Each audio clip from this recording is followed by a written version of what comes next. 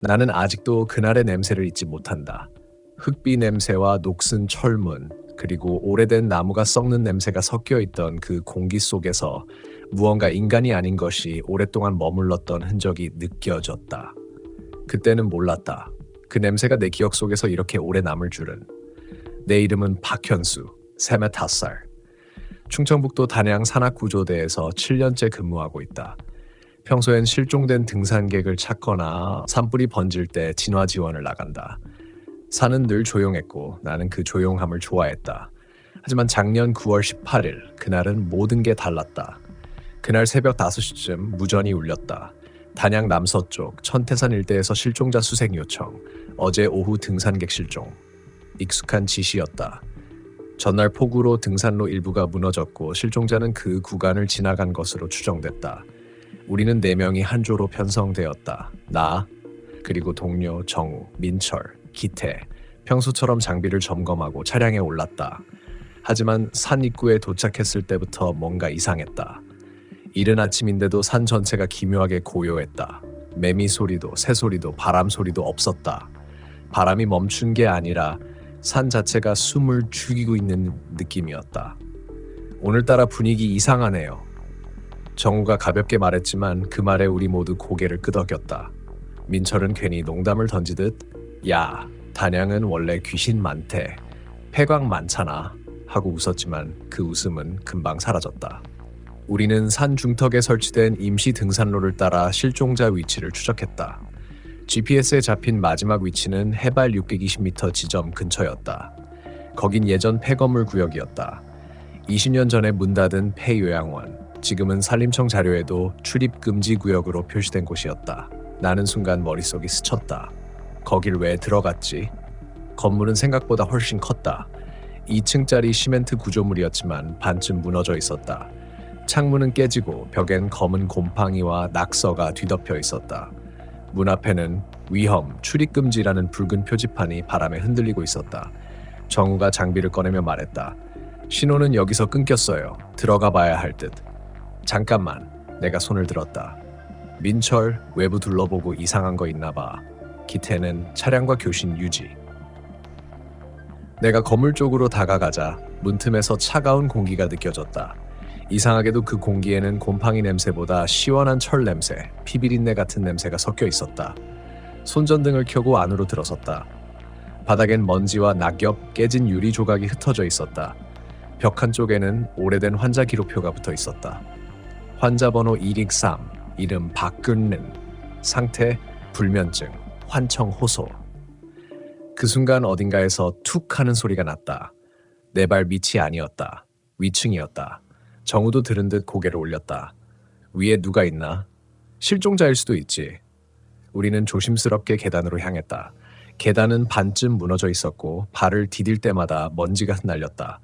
손전등 빛이 흔들릴 때마다 벽의 그늘이 이상한 모양으로 늘어졌다. 2층 복도에 도착하자 바닥에는 낡은 휠체어가 하나 쓰러져 있었다. 그리고 복도 끝 문 앞에서 무언가가 미세하게 움직였다. 빛을 비추자 그것은 등산 가방이었다. 실종자의 가방이었다. 그 위엔 비에 젖은 등산복 그리고 휴대폰이 놓여 있었다. 여기 있어요, 정우가 외쳤다. 나는 무전기를 잡았다. 민철, 실종자 물품 발견, 위치는 2층 복도 끝. 그때였다. 무전기에서 취직, 하지마 하는 이상한 소리가 섞여 나왔다. 나는 순간 귀를 의심했다. 뭐라고? 하지만 신호는 곧 끊겼다. 정우가 내 눈치를 보며 물었다. 민철이 말한 거예요? 아니, 목소리가 다르던데. 그때 복도 끝에 있던 문이 끼익 소리를 내며 천천히 열렸다. 그 문 안에서 어둠이 아니라 무언가가 기어나왔다. 나는 반사적으로 손전등을 비췄다. 하지만 빛이 닿는 순간 그 형체는 벽 쪽으로 흩어져 버렸다. 정확히 말하자면 그림자였다. 사람의 형태를 한 그림자. 그림자가 스스로 움직이고 있었다. 정우는 뒷걸음질 쳤다. 야, 봤지? 지금. 조용히 해. 내 심장은 빠르게 뛰었다. 우리는 순간 숨을 죽였다. 복도 끝 문 안쪽에서 탁탁 규칙적인 발소리가 들려왔다. 그건 신발 소리가 아니었다. 맨발의 소리였다. 그리고 그 발소리가 우리 쪽으로 가까워지고 있었다. 빛을 비췄지만 아무것도 없었다. 그런데 소리는 계속 가까워졌다. 바닥에 먼지가 일며 보이지 않는 발자국이 하나씩 찍혀갔다. 정우가 속삭였다. 도망치자. 아직 안 돼. 실종자가 있을 수도 있잖아. 나는 억지로 침을 삼켰다. 그때 내 뒤에서 쿵 소리가 났다. 돌아보자. 계단이 무너져 있었다. 아래층으로 내려갈 길이 사라졌다. 그 순간 나는 확실히 느꼈다. 이 건물엔 우리 말고 누군가가 있다.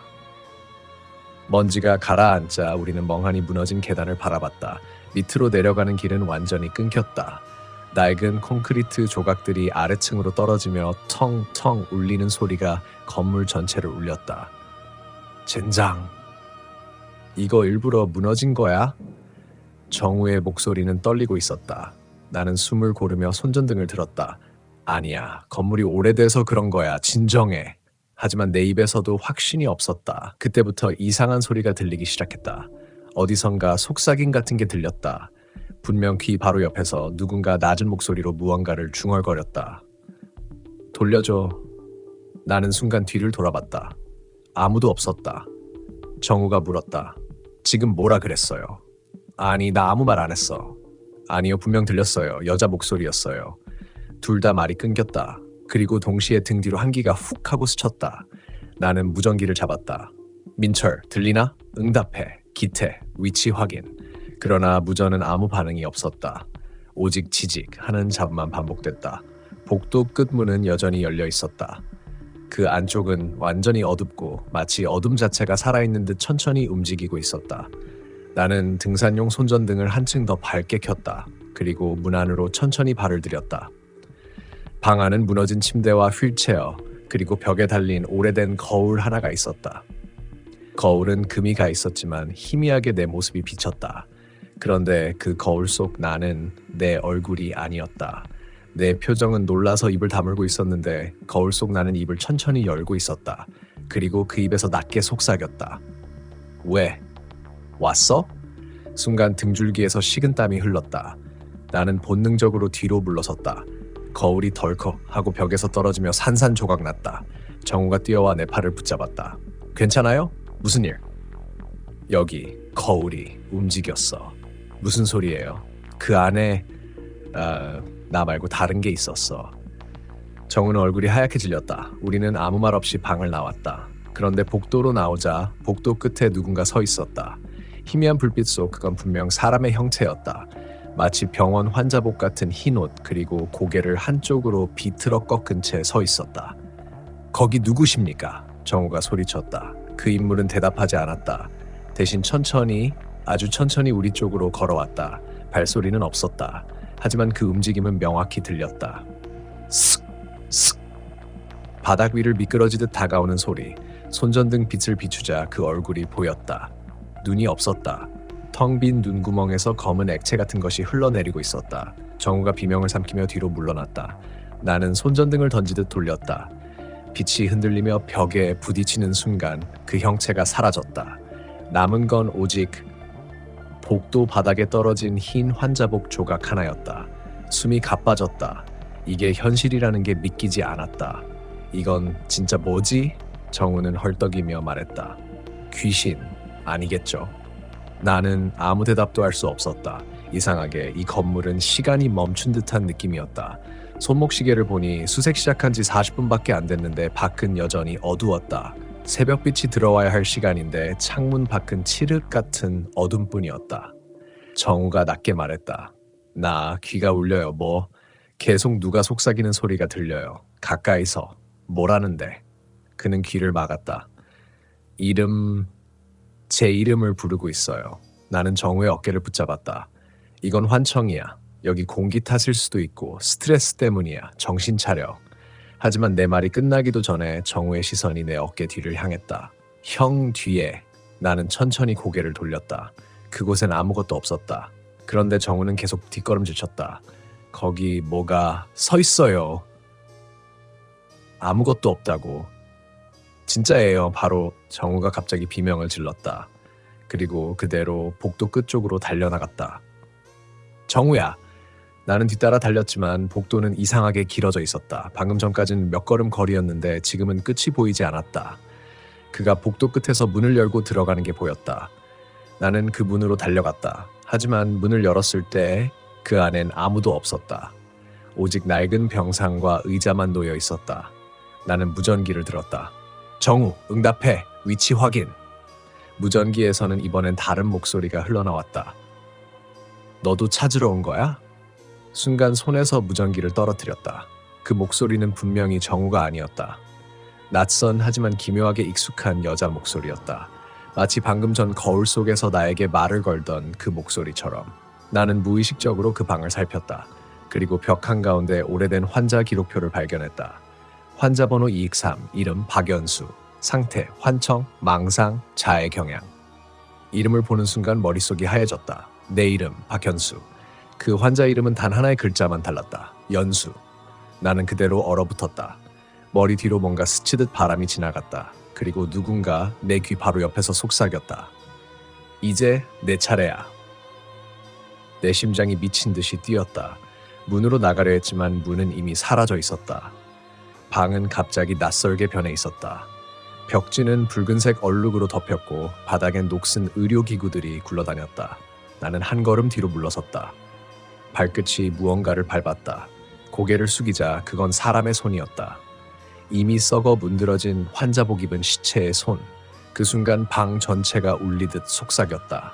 수십 명의 목소리가 동시에 말했다. 우리를 잊었지.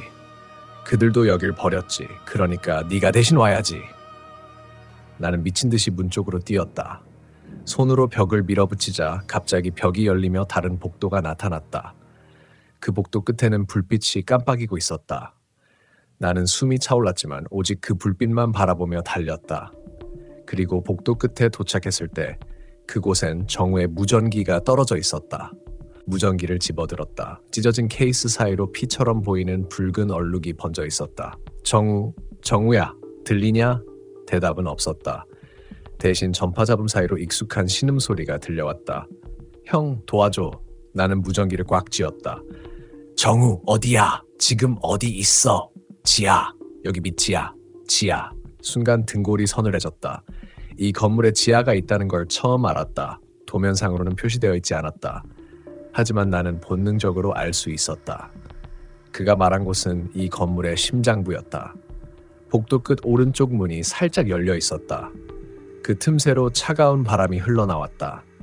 문 안쪽에는 오래된 리넨실이 있었고 벽 한쪽에 금속문이 숨겨져 있었다. 거기엔 관계자 외 출입금지라는 문구가 희미하게 남아 있었다. 문을 열자 곰팡이와 썩은 비린내가 뒤섞인 공기가 확 밀려 나왔다. 낡은 철제 계단이 아래로 이어지고 있었다. 손전등 불빛이 계단 끝까지 닿지 않았다. 나는 숨을 고르고 한 걸음씩 내려갔다. 계단을 내려갈수록 공기가 변했다. 차가운 공기가 아니라 눅눅하고 묵직한 온기가 느껴졌다.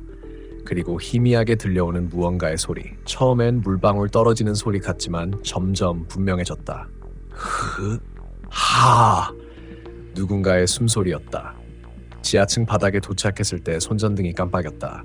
빛이 순간적으로 꺼졌다가 켜지며 나는 그 짧은 순간에 벽에 새겨진 글씨를 봤다. 일렉 3호는 깨어나지 않는다. 그 글씨 아래에는 손자국이 덕지덕지 찍혀 있었다. 피로 쓴 건지 녹인지 구분이 되지 않았다. 나는 무전기를 켰다. 정우, 거기 있냐? 형, 목소리는 가까웠다. 바로 이 근처였다. 손전등을 비추자 복도 끝에 무너진 철창문이 하나 있었다. 그 안쪽에서 희미하게 누군가 움직이고 있었다. 정우. 나는 철창문을 붙잡고 흔들었다. 거기 있지? 괜찮아? 형, 여기 근데 나 이상해요. 그의 목소리는 떨리고 있었다. 이상해?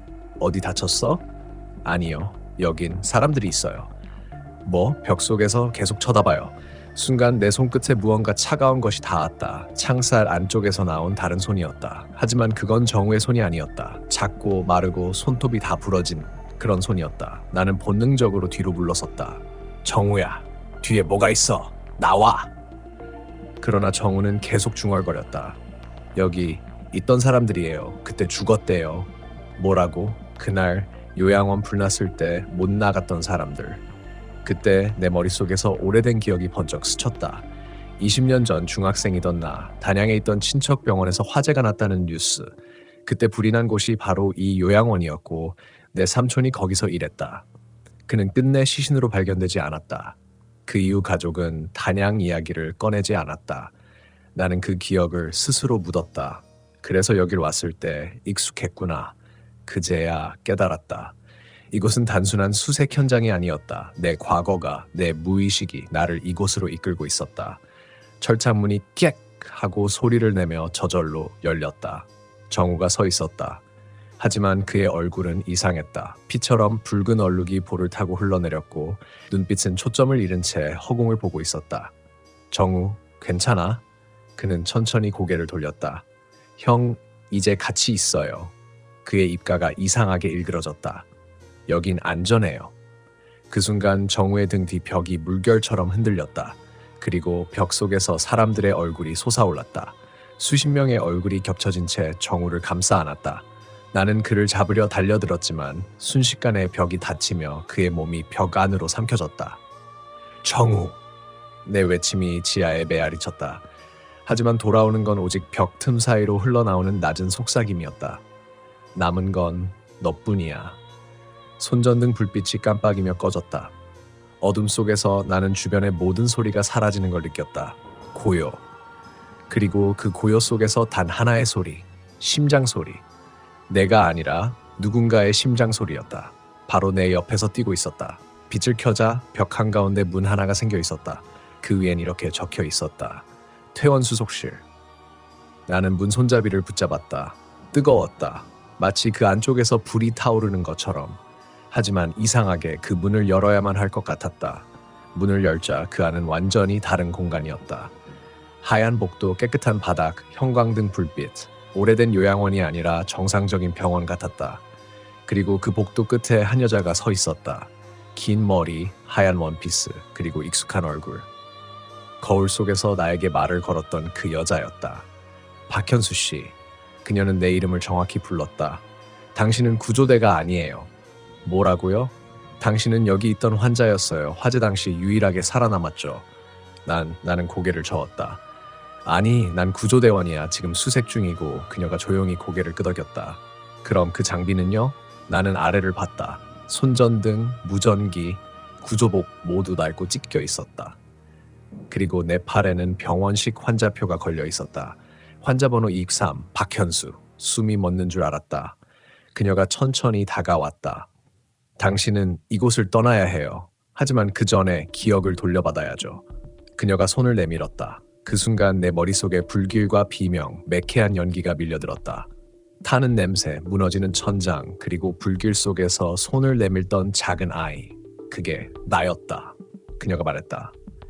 그날 당신은 다른 사람을 밀어내고 혼자 나왔어요. 그래서 여기에 남은 사람들은 당신을 기다렸던 거예요. 나는 몸이 떨렸다. 내가 그랬다고? 그녀는 고개를 끄덕였다. 당신은 잊고 싶었죠. 그래서 구조대가 됐어요. 남을 구하면 속죄할 수 있을 거라 믿었으니까. 나는 무릎을 꿇었다. 눈물이 뺨을 타고 흘렀다. 그럼 정우는? 그녀는 조용히 말했다. 정우는 실제로 존재하지 않았어요. 당신이 만들어낸 동료. 당신이 그때 구하지 못했던 사람들의 형상이었어요. 그녀는 마지막으로 말했다. 이제 선택하세요. 돌아가서 살아가든지 아니면 우리와 함께 남든지. 그녀의 손끝이 내 이마에 닿는 순간 모든 게 하얗게 사라졌다. 숨을 들이켰다. 눈을 뜨자 나는 요양원 밖 숲속에 누워 있었다. 무전기와 장비는 낡은 잔해 속에 부서져 있었다. 해가 떠오르고 있었다. 새소리가 들렸다. 그리고 내 손목엔 더 이상 환자표가 없었다. 하지만 바람이 스쳐갈 때마다 희미한 속삭임이 들렸다. 우린 여기 있어. 그날 이후로 나는 그곳을 잊을 수 없었다. 산 아래로 내려와도 냄새는 여전히 내 코끝에 남아있었다. 썩은 고기와 젖은 흙, 그리고 오래된 나무에 곰팡내가 섞인 이상한 향. 구조대 본부로 돌아왔을 때 다른 대원들은 마치 아무 일도 없었던 것처럼 웃고 있었다. 그런데 그중 한 명이 없었다. 상윤이는? 내가 물었을 때 그들은 동시에 내 쪽을 바라보았다. 잠깐의 정적, 그리고 대장이 낮게 말했다. 상윤이 그날 안 왔잖아. 나는 그 말을 믿을 수가 없었다. 분명 내 앞에서 그가 나를 불렀다. 어깨에 손을 얹고 무전기로 신호를 보냈다. 그런데 그날 출동 명단에도 보고서에도 그의 이름은 없었다. 그날 밤 나는 숙소에서 잠을 이루지 못했다. 창문 밖에선 벌레 소리조차 들리지 않았다. 단양의 가을밤은 이상하리만큼 고요했다. 귀를 기울이면 먼 산자락에서 사람 목소리 같은 바람 소리가 들렸다. 그만 내려가. 누군가 내 귓가에 속삭이는 것처럼. 다음 날 나는 혼자 그 폐건물로 다시 올라갔다. 이유는 나도 몰랐다. 그냥 뭔가 확인해야 할 것 같았다. 길은 이미 익숙했다. 낙엽이 덮인 흙길, 물기 어린 돌계단, 그리고 어제 봤던 그 무너진 기둥들. 그런데 이번엔 달랐다. 건물 앞에 누군가의 신발이 있었다. 낡은 등산화 한 짝, 흙이 잔뜩 묻은 채로. 나는 천천히 그 신발을 들어 올렸다. 안쪽엔 이름이 적혀 있었다. 정상윤. 숨이 멎는 것 같았다. 손끝이 떨렸다. 그때 등 뒤에서 무언가가 부서지는 소리가 들렸다. 돌이 굴러내리듯 천천히, 그러나 명확하게. 나는 반사적으로 몸을 돌렸다. 그곳에는 아무도 없었다. 그런데 벽에 새겨진 글자가 눈에 들어왔다. 나를 찾지 마. 그 글씨는 마치 손톱으로 긁은 듯 거칠고 얇았다. 손을 대보니 아직 축축했다. 누군가 방금 새긴 것처럼. 나는 천천히 뒤로 물러섰다. 발밑 낙엽이 바스락거렸다. 그때 무전기가 찢어지듯 잡음이 들렸다. 승호, 응답하라. 그쪽에 누구야? 소리가 너무 작아서 거의 들리지 않았다. 나는 무전기를 가까이 댔다. 여기 폐건물, 이상한 게. 그러나 신호는 끊겼다. 대신 노이즈 속에서 어떤 목소리가 들렸다. 살려줘. 그건 분명 상윤의 목소리였다. 나는 무전기를 떨어뜨리고 주저앉았다. 온몸이 굳었다. 그 순간 내 앞에 어두운 복도 끝에서 무언가가 움직였다. 어깨가 처진 사람 형체. 천천히 다가오고 있었다. 빛이 닿자 나는 숨을 삼켰다. 그는 상윤이었다. 그러나 얼굴은 검게 그을렸고 눈은 비어 있었다. 입에서는 검은 물이 흘러내리고 있었다. 나는 본능적으로 뒤로 물러섰다. 야, 상윤아, 그만 와. 왜 그래? 그는 대답하지 않았다. 대신 입을 벌리더니 그 안에서 낮은 소리가 흘러나왔다.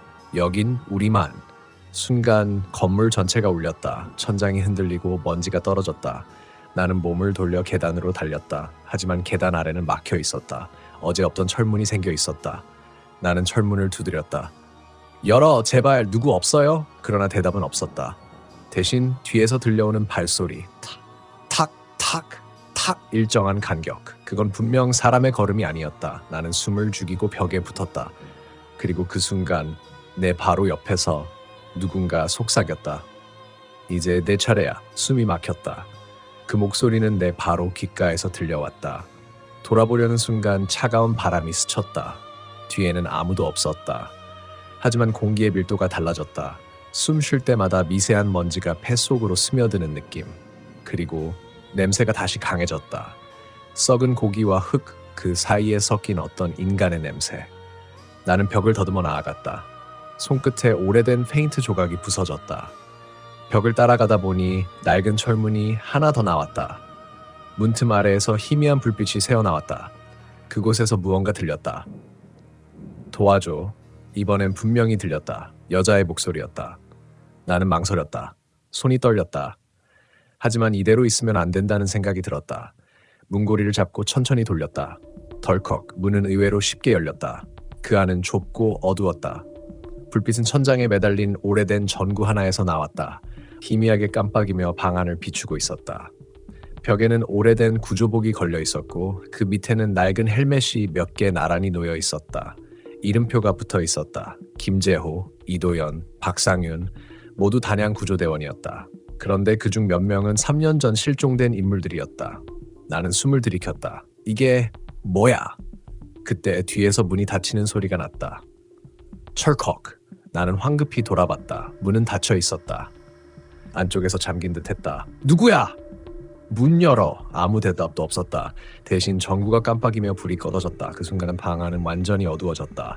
암흑 속에서 나는 누군가의 숨소리를 들었다. 가까 내 바로 앞이었다. 거기 누구야? 대답 대신 낮게 웅얼거리는 소리가 들렸다. 여기서 나가야 해. 그 목소리는 여자였다. 떨리고 절박했다. 누구야? 어디 있어? 그녀는 내 손을 붙잡았다. 손은 차갑고 축축했다. 늦기 전에 떠나. 여긴 사람 사는 곳이 아니야. 그게 무슨 뜻이야? 그녀는 잠시 말을 멈췄다. 그들은 구조대가 아니었어. 그 말이 끝나자 불이 다시 깜빡이며 켜졌다. 그녀는 사라져 있었다. 대신 내가 붙잡고 있던 손에는 검은 핏자국이 묻어 있었다. 나는 다시 문고리를 돌렸다. 이번엔 문이 열렸다. 바깥 복도에는 안개처럼 먼지가 떠다녔다. 그리고 멀리서 낯익은 목소리가 들렸다. 승호야, 거기 있냐? 대장이었다. 대장, 여기요! 나는 소리쳤다. 그는 천천히 걸어왔다. 그런데 가까워질수록 이상했다. 그의 얼굴이 일그러져 있었다. 눈은 컴했고 입은 비틀려 있었다.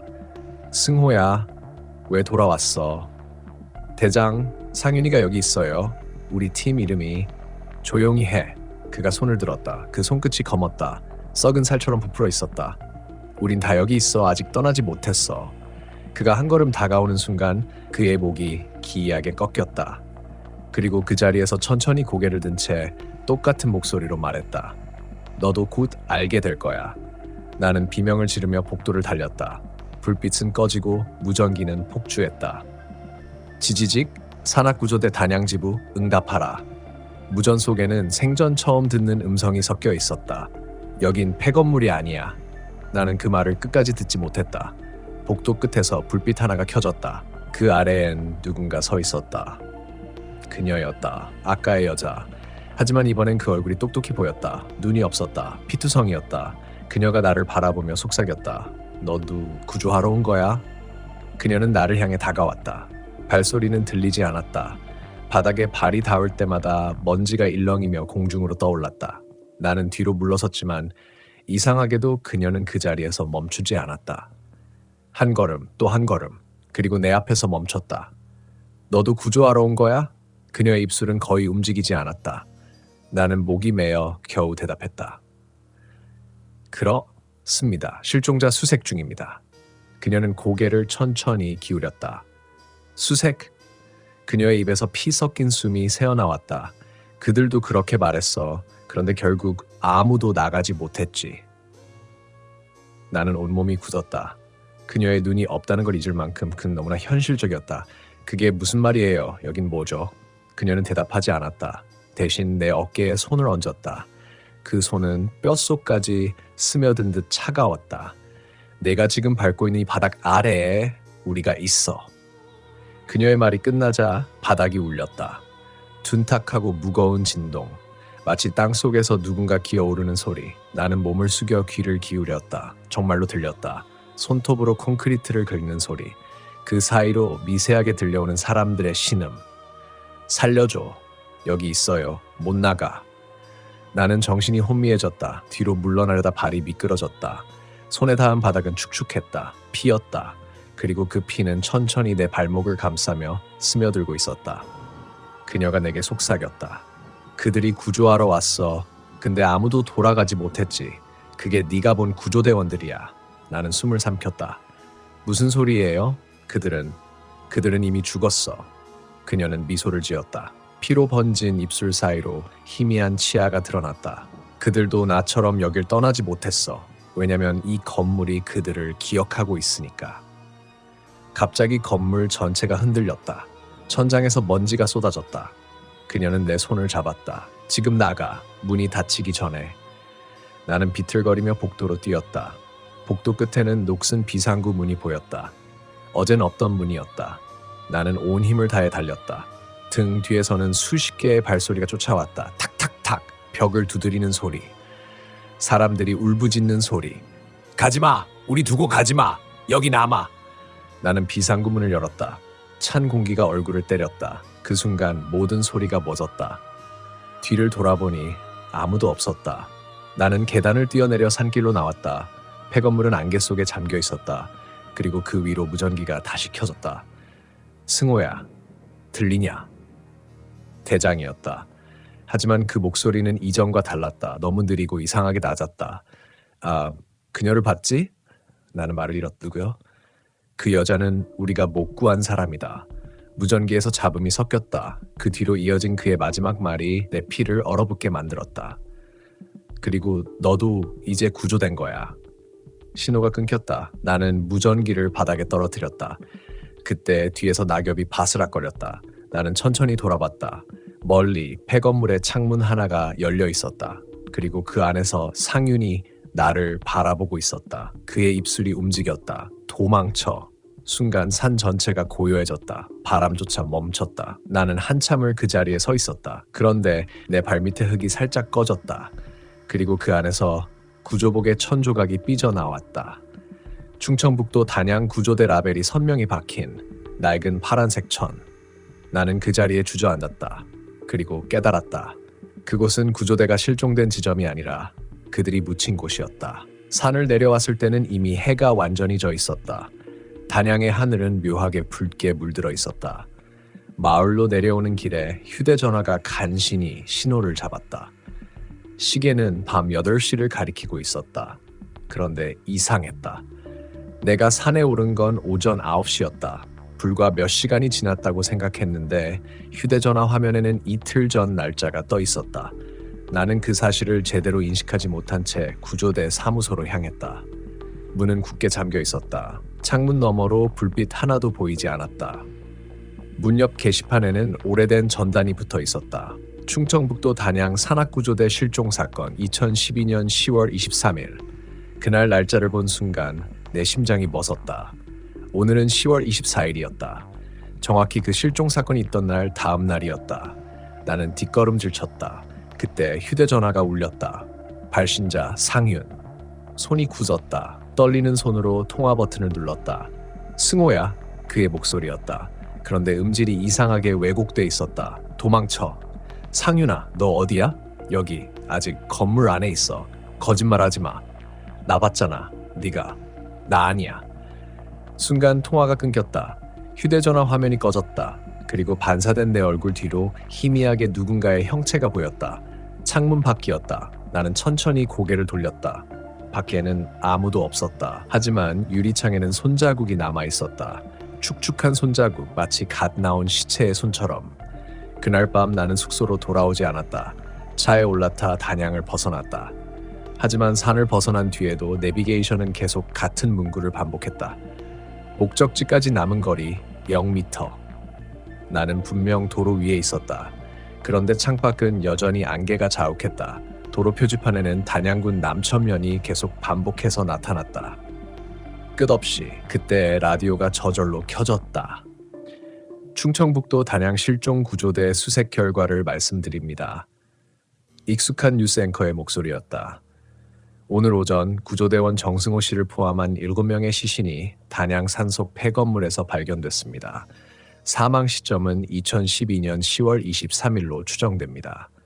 나는 그대로 차를 멈췄다. 손이 핸들을 꽉 잡은 채 움직이지 않았다. 라디오에서는 계속 그 뉴스를 반복 재생하고 있었다. 구조대는 실종자 수색 도중 원인 모를 붕괴 사고로 추정되는 참사에 휘말린 것으로 보입니다. 현장은 그때 내 앞 유리창에 무언가가 탁 하고 부딪혔다. 피가 흩어졌다. 천천히 닦아내자 그 안쪽에 얼굴 하나가 보였다. 눈이 없는 여자였다. 그녀가 미소 지었다. 입모양이 또렷하게 움직였다. 이제 네가 우리랑 같이 있어. 라디오에서 다시 잡음이 섞였다. 그리고 마지막 문장이 들려왔다. 단양 구조대 실종 사건은 아직 끝나지 않았습니다. 나는 차문을 열고 뛰쳐나왔다. 하지만 아무리 달려도 내 발밑엔 같은 길만 반복됐다. 안개 속에서 구조복이 흩날렸다. 승호야, 이쪽이야. 빨리 와. 동료들의 목소리가 사방에서 들려왔다. 나는 귀를 막았다. 그런데 그 목소리들 속에 내 목소리가 섞여 있었다. 여기, 나 좀 꺼내줘. 그제야 깨달았다. 나는 아직 산을 벗어나지 못한 것이다. 아니, 어쩌면 처음부터 단양을 벗어난 적이 없었다. 안개 속에서 폐건물이 서서히 드러났다. 창문마다 구조복을 입은 사람들이 서 있었다. 그들이 동시에 고개를 들었다. 그중 맨 앞에 내가 있었다. 피투성이 얼굴로 창문 너머에서 나를 바라보는 나 자신이. 그리고 무전기가 마지막으로 켜졌다. 단양 구조대 전원 복귀 완료.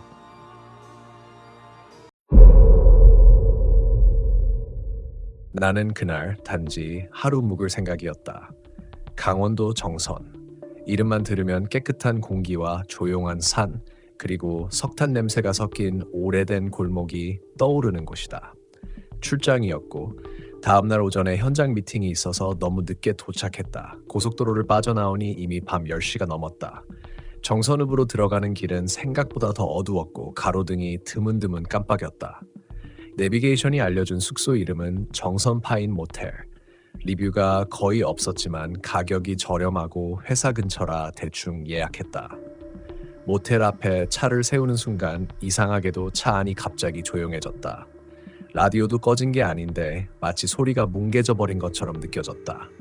내리기 전까지 한참을 멈춰 앉아 있었던 기억이 난다. 그때까지만 해도 그냥 피곤해서 그런가 싶었다.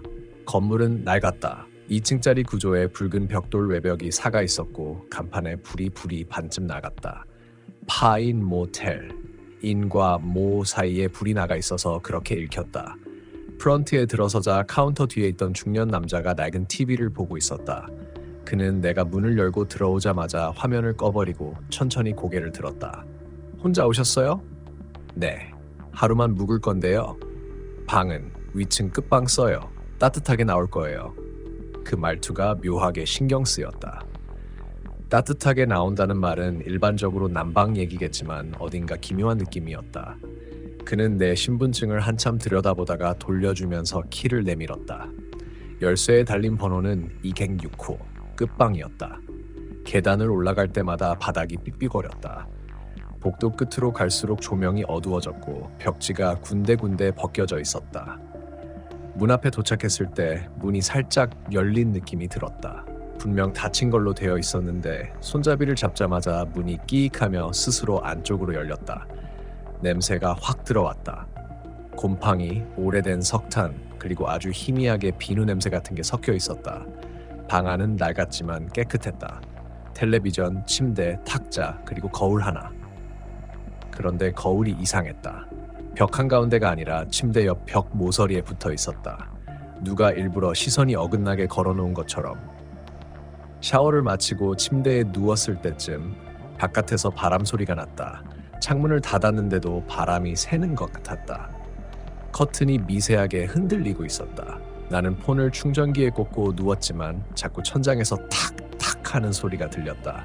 처음엔 배관 소리겠거니 했다. 그런데 소리가 일정했다. 3초에 한 번씩 규칙적으로. 나는 베개를 뒤집고 이불을 더 끌어올렸다. 그때 내 오른쪽 귀에 아주 낮은 숨소리가 들렸다. 확실히 사람 숨소리였다. 바로 옆에서, 내 어깨 근처에서. 나는 얼어붙었다. 고개를 돌리면 안 된다는 생각이 들었다. 그냥 내가 잘못 들은 거라고 믿고 싶었다. 하지만 그 숨소리는 몇 초간 계속되다가 천천히 멀어져 갔다. 문 쪽으로. 나는 결국 벌떡 일어나 불을 켰다. 방 안은 아무 일도 없는 듯 고요했다. 문도 닫혀 있고 커튼 사이로 바람만 살짝 스며들고 있었다. 나는 웃으며 중얼거렸다.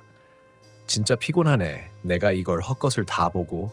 그런데 그 순간 문이 살짝 흔들렸다.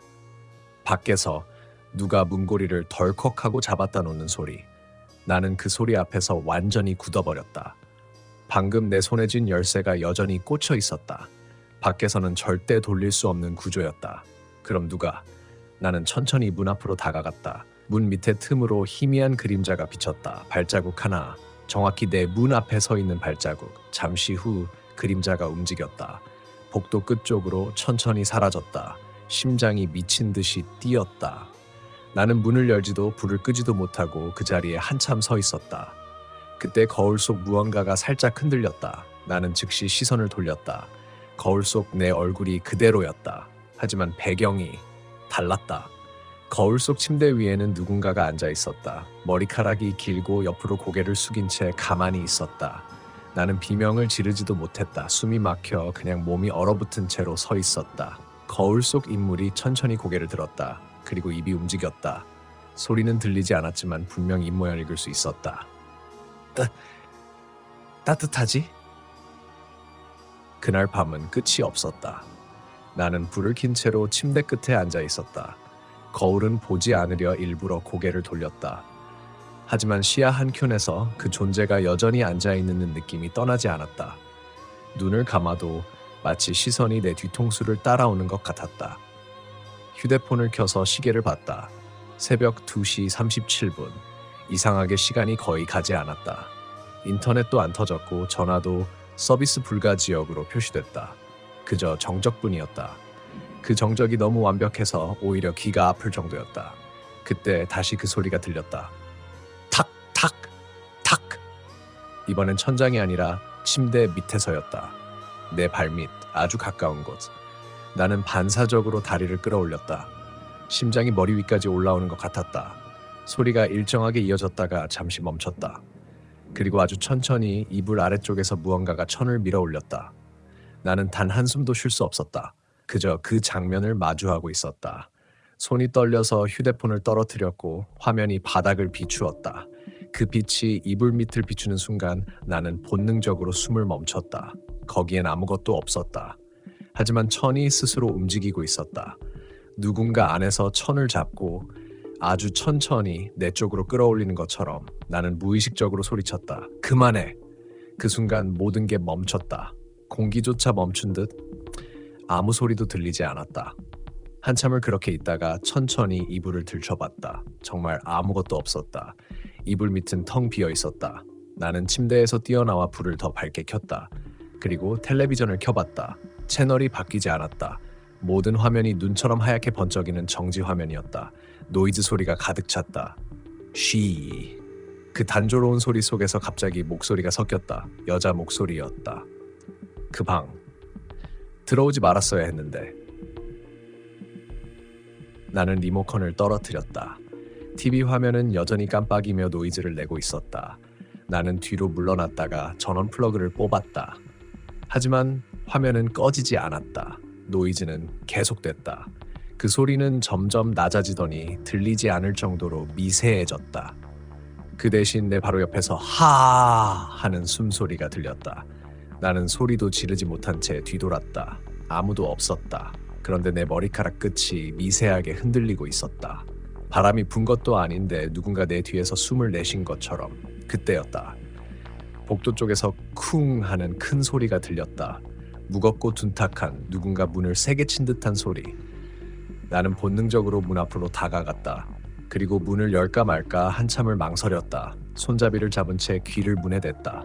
아무 소리도 없었다. 그런데 그때 내 발끝 근처에서 낮게 속삭이는 소리가 들렸다. 아직도 따뜻하지? 나는 비명을 지르며 문을 확 열었다. 복도에는 아무도 없었다. 하지만 공기가 달랐다. 아까보다 차가웠고 곰팡이 냄새가 더 진했다. 나는 서둘러 문을 닫고 침대에 다시 앉았다. 전등 불빛이 순간적으로 깜빡였다. 그리고 그때 거울 속에서 누군가가 서 있었다. 이번엔 분명히 봤다. 거울 속 인물은 아까보다 가까이 있었다. 거울 바로 앞, 내 어깨 뒤에. 그녀의 머리카락이 축 늘어져 있었고 눈동자가 나를 똑바로 보고 있었다. 하지만 내 뒤에는 아무도 없었다. 나는 몸을 돌리지 못했다. 몸이 마비된 것처럼 움직이지 않았다. 그녀의 입이 움직였다. 돌아보면 안 돼. 그 순간 전등이 꺼졌다. 방 안이 완전히 어두워졌다. 나는 아무 소리도 아무 빛도 없는 공간에 홀로 서 있었다. 단지 내 숨소리만 들렸다. 그런데 그 숨소리와 겹쳐서 다른 호흡이 또 하나 들렸다. 조금 더 느리고 조금 더 낮은 톤의 숨소리. 내 바로 왼쪽 귀 근처에서. 나는 도망치고 싶었다. 하지만 몸이 움직이지 않았다. 눈을 뜨고 있어도 어둠이 눈앞을 메웠다. 그 어둠 속에서 무언가가 내 귀에 속삭였다. 이 방 원래 2명이 쓰는 방이야. 나는 몸을 비틀며 간신히 일어섰다. 숨이 막혔다. 가슴이 미친 듯이 뛰었고 방 안은 여전히 어두웠다. 휴대폰을 들어 플래시를 켰다. 희미한 빛이 방 구석을 스쳤다. 그런데 거울이 사라져 있었다. 그 자리에 있던 벽은 매끈했다. 못자국도 프레임 자국도 없었다. 마치 처음부터 거울이 존재하지 않았던 것처럼. 나는 머리를 쥐어뜯었다. 말도 안 돼. 분명 거기에 있었는데. 문을 향해 달려갔다. 손잡이를 돌리자 잠금이 풀리는 소리와 함께 문이 열렸다. 나는 그대로 복도로 뛰쳐나왔다. 복도는 불이 꺼져 있었다. 하지만 희미하게 창문 틈으로 들어오는 달빛이 바닥을 비추고 있었다. 나는 계단 쪽으로 달렸다. 그런데 이상했다. 계단이 없었다. 복도 끝에는 문 하나뿐이었다. 방금 전에 내가 올라왔던 곳은 완전히 막혀 있었다. 벽이 덧발라져 있었다. 페인트 냄새가 났다. 마치 누군가가 바로 얼마 전에 새로 칠한 듯한 짙은 냄새였다. 나는 반대편 복도로 달렸다. 그쪽에도 문들이 줄지어 있었다. 2객 1, 2객 2, 2객 3, 그리고 내 방 2객 6. 그런데 다시 돌아봤을 때 번호가 바뀌어 있었다. 모든 문이 2객 6호였다. 하나같이 같은 번호판, 같은 열쇠 구멍, 같은 세개문. 그 순간 누군가의 웃음소리가 들렸다. 낮고 건조한 여자 웃음. 멀리서가 아니라 내 바로 뒤에서. 나는 몸을 돌리지 못한 채 그대로 서 있었다. 그리고 내 옆귀에 아주 가까운 목소리가 속삭였다. 여긴 나한테서 못 나가. 순간적으로 문 손잡이를 잡고 돌렸다. 문이 열리자 나는 그대로 안으로 뛰어들었다. 불이 켜져 있었다. 나는 그제야 안도의 한숨을 내쉬었다. 그런데 방 안을 둘러보는 순간 숨이 멎었다. 이 방은 내가 있던 2객 6호와 똑같았다. 침대, 탁자, 텔레비전, 커튼, 심지어 바닥에 떨어진 내 휴대폰까지 그대로였다. 나는 천천히 뒤로 물러났다. 설마. 내가 방금 나온 문을 다시 열었다. 복도는 없었다. 그 자리에 또 다른 방이 있었다. 그리고 그 방의 안쪽에서 누군가 내 쪽을 보고 있었다. 나는 문을 닫았다. 손이 떨렸다. 이건 꿈이 아니었다. 손끝의 차가움, 벽의 거친 감촉, 모든 게 너무 현실적이었다. 이건 잘못된 거야. 내가 잘못 들어온 거야. 나는 다시 창문 쪽으로 다가갔다. 창문을 열려고 했지만 나사로 박혀 있었다. 밖이 보이긴 했다. 하지만 이상하게 바깥에는 아무 불빛도 없었다. 정선 읍내라면 당연히 멀리 가로등이라도 보여야 했다. 그런데 아무것도 없었다. 그저 검은 산 그림자만 끝없이 이어져 있었다. 그때 천장에서 무언가가 떨어졌다. 작은 먼지처럼 보였지만 바닥에 닿자 뚝 하는 소리가 났다. 나는 천장을 올려다봤다. 미세하게 금이 간 천장 틈에서 검은 액체가 천천히 스며들고 있었다. 한 방울, 두 방울. 그리고 그 액체는 내 손등에 떨어졌다. 미지근했다. 피었다. 나는 비명을 삼키며 뒤로 물러났다. 그 순간 TV가 다시 켜졌다. 화면에는 눈처럼 하얀 화면이 번쩍였고 그 안에서 목소리가 들렸다. 이번엔 분명히 들렸다. 그 사람 여기 있었어. 너랑 똑같이 도망치려 했지. 화면 속엔 흐릿한 영상이 잡혔다. 낡은 모텔방. 그리고 한 남자가 문 앞에서 울부짖고 있었다. 그가 서 있는 바닥 바로 그 자리에 지금 내가 서 있었다. 나는 TV를 꺼버리고 방구석으로 물러났다. 그때 문에서 또다시 소리가 났다. 덜컥, 덜컥. 누군가가 문고리를 잡고 흔들고 있었다. 그게 멈추자 조용한 목소리가 들렸다. 나 추워. 나는 문을 열지 않았다. 그 대신 방 안을 뒤져보며 탈출구를 찾았다. 화장실 문을 열자 안쪽은 완전히 어두웠다. 손을 더듬으며 불을 켜려고 했지만 스위치가 없었다. 그런데 거울이 있었다. 화장실 안쪽 벽에 달린 낡은 거울. 그 표면이 물기처럼 흐릿하게 젖어 있었다. 나는 천천히 다가갔다. 손전등을 비추자 그 표면에 글씨가 서서히 나타났다. 여긴 나랑 같이 있어야 돼. 내가 뒤로 물러나는 순간 거울 속에 내가 움직이지 않았다. 거울 속 나는 여전히 거기에 서 있었다. 그리고 미소를 지었다. 천천히 입으려며 말했다. 따뜻하지? 나는 방 한가운데 서 있었다. 어디로도 나갈 수 없었다. 문은 잠겼고 창문은 봉인돼 있었다. 그리고 거울 속에 나가 여전히 웃고 있었다. 입은 움직이지 않지만 그 표정이 계속 내 시선을 붙잡았다. 이건 꿈이 아니야. 나는 스스로에게 그렇게 말하며 숨을 억지로 고르려 했다. 그때 갑자기 휴대폰 불빛이 깜빡였다. 배터리가 거의 다 떨어졌다는 알림이었다. 하지만 신호가 잡혔다. 통신 표시가 한 칸 떴다. 나는 망설이지 않고 바로 경찰에 전화를 걸었다. 신호음이 3번 울렸다. 그리고 누군가 받았다. 정선 경찰서입니다. 그 목소리는 평범했다. 그런데 이상하게도 어딘가 익숙했다. 나는 떨리는 목소리로 말했다. 저 모텔 안에 갇혔어요. 정선파인 모텔이에요. 방이 계속 바뀌고 누군가 있어요. 잠시 침묵이 흘렀다. 그리고 수화기 너머로 낮고 단호한 목소리가 들렸다. 거기 아직 영업해요? 네. 지금 저 안에 있는데요. 그 모텔 10년 전에 불났어요. 거기 사람 다 죽었는데. 나는 얼어붙었다. 무슨 말이에요? 지금 저 방 안에 있는데요. 불난 흔적 같은 것도 없고. 그 목소리가 다시 들렸다. 지금 몇 호실이에요? 206호요. 그 순간 전화기 너머로 아주 작은 숨소리가 들렸다. 여자 목소리였다. 따뜻하지? 통화가 끊겼다. 화면이 꺼졌다.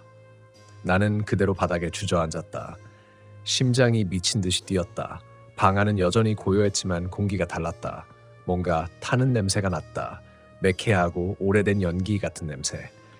나는 손전등을 들어 천천히 벽을 비췄다.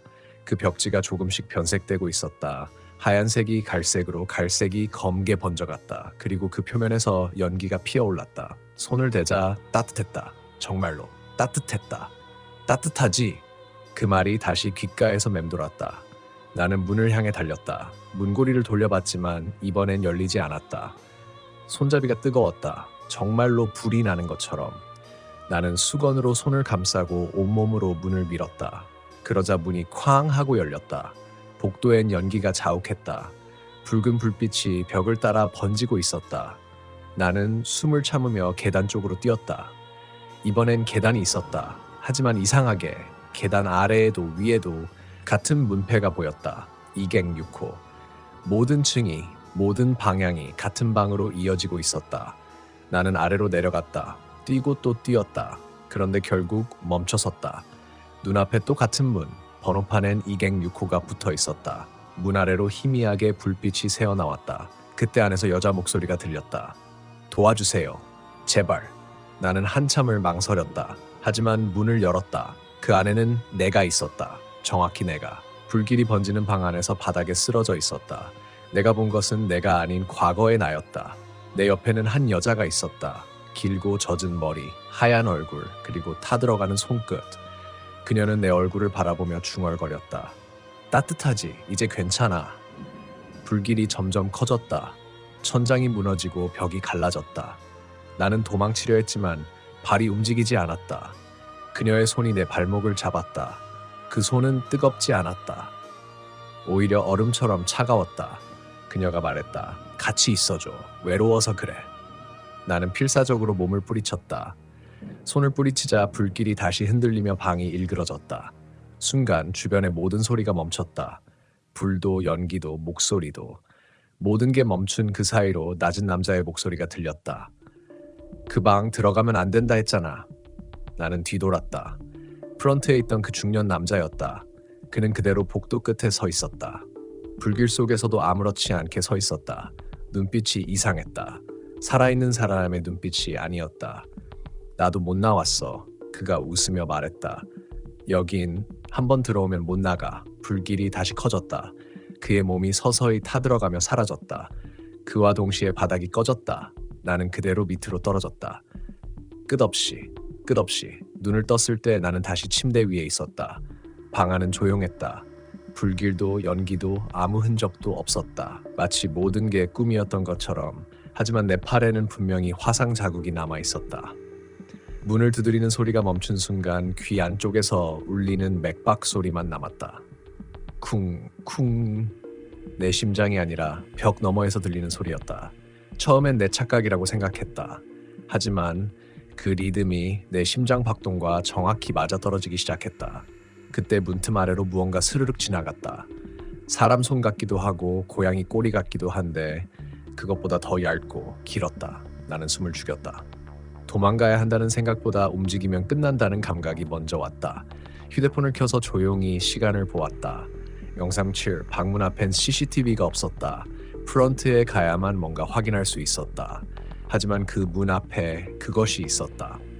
다음 순간 문 너머에서 소리가 났다. 여기 있죠? 여자 목소리였다.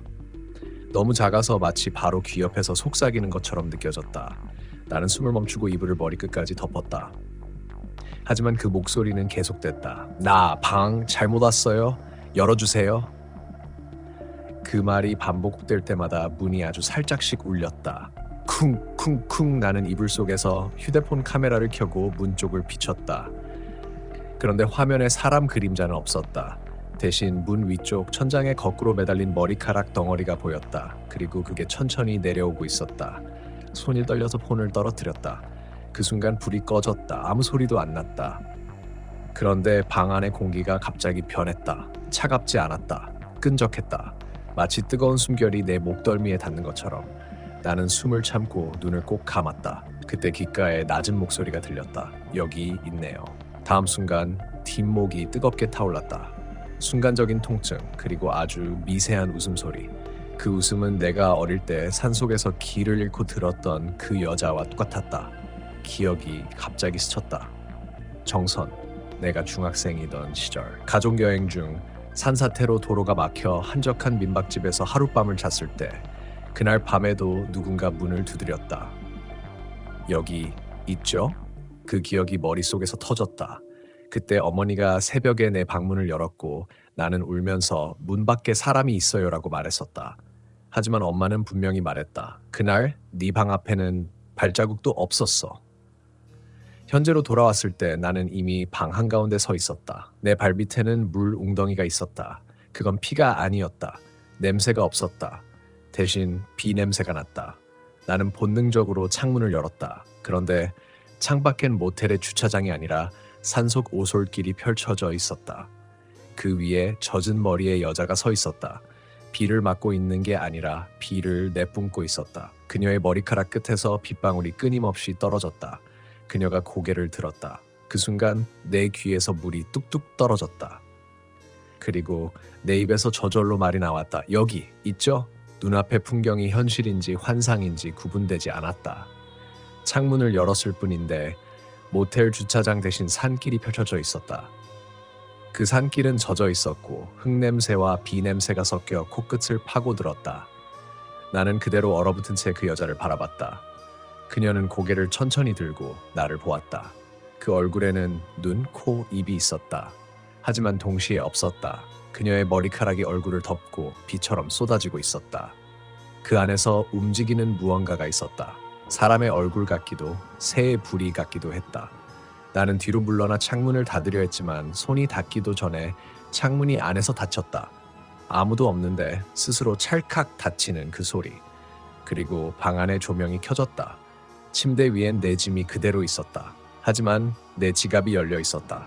카드, 신분증, 현금 다 그대로였다. 그런데 사진 한 장이 들어 있었다. 내가 본 적 없는 사진. 오래된 폴라로이드. 사진 속에는 정선의 낡은 모텔 간판 앞에 서 있는 나 자신이 있었다. 하지만 이상했다. 사진의 날짜는 2008년 8월 3일. 그때 나는 중학생이었다. 그날 가족 여행 중 비로 산길에 갇혔던 날이었다. 사진의 뒷면엔 글씨가 있었다. 여기 있죠? 순간 머리가 쭈뼛 섰다. 나는 그때 기억을 더듬었다. 그날 밤 내가 잃어버린 것이 있었다. 손목에 차고 있던 노란색 손목시계. 그게 지금 내 침대 옆 탁자 위에 놓여 있었다. 나는 그 시계를 집어들었다. 침묵. 그러나 귀 안에서 다시 그 소리가 났다. 여기 있죠? 그리고 시계 바늘이 갑자기 멈췄다. 엉삼센 것이 같은 시간에 묶여 있었다. 열쇠, 문, 목소리, 시계. 그 시간에 멈춰 있는 존재가 있었다. 그때 갑자기 문이 열렸다. 직원이 들어왔다. 손님, 괜찮으세요? 혹시 소리 들리셨죠? 나는 놀라서 그를 바라봤다. 그의 얼굴은 어딘가 낯이 익었다. 저 혹시 여기 오래 근무하셨어요? 그는 잠시 나를 보더니 고개를 끄덕였다. 그럼요. 10년도 넘었죠. 근데 그의 시선이 내 손목으로 향했다. 그 시계 어디서 났어요? 나는 대답하지 못했다. 그는 한 발자국 다가왔다. 그건 예전에 여기 묵었던 여자 손님 거예요. 실종된 사람. 2008년에.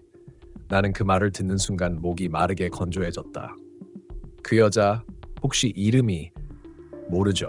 그날 새벽 CCTV에 찍힌 거라곤 문 앞에 서 있던 그림자뿐이었어요. 근데 그때 방 안에서 들리는 소리가 여기 있죠? 였대요. 그 말이 끝나자마자 복도에서 똑같은 소리가 울렸다. 여기 있죠? 직원이 얼굴이 하얗게 질렸다. 또 시작이네. 그는 그대로 뛰쳐나갔다. 나는 얼어붙은 채 그 문을 바라봤다. 문틈 아래로 물이 번지고 있었다. 그 물은 방 안으로 스며들어 내 발밑까지 왔다. 나는 본능적으로 시계를 바라봤다. 바늘은 움직이지 않았다. 그런데 그 유리에 손자국이 찍혀 있었다. 안쪽에서 찍힌 손자국이었다. 그리고 그 손자국이 서서히 사라졌다. 그 순간 창문 밖에서 여자의 머리카락이 유리창을 스쳤다. 칙, 칙, 칙.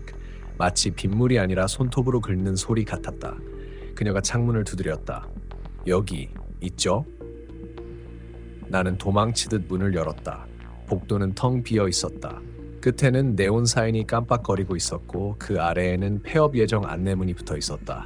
정선 룬란 모텔은 10월 31일부로 영업을 종료합니다. 그런데 안내문 아래 볼펜으로 덧쓴 문장이 있었다. 그날 그 여자가 돌아옵니다. 모텔을 빠져나온 뒤 나는 곧장 정선 경찰서로 향했다. 새벽 4시가 조금 넘은 시각이었다. 비는 여전히 내리고 있었고 앞 유리에는 끊임없이 빗줄기가 흘러내렸다. 나는 운전대에 손을 올려놓고도 시동을 걸지 못했다. 눈앞에서 본 그 얼굴, 아니 얼굴이라 부를 수도 없는 그 형체가 머릿속을 떠나지 않았다.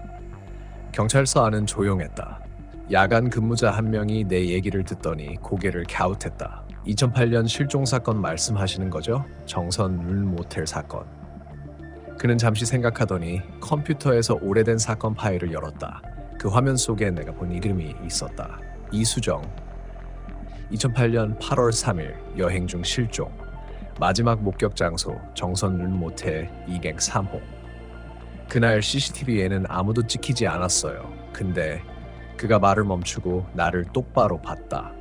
방 안에는 비 냄새가 가득했다고 합니다. 비가 오지 않았는데도요.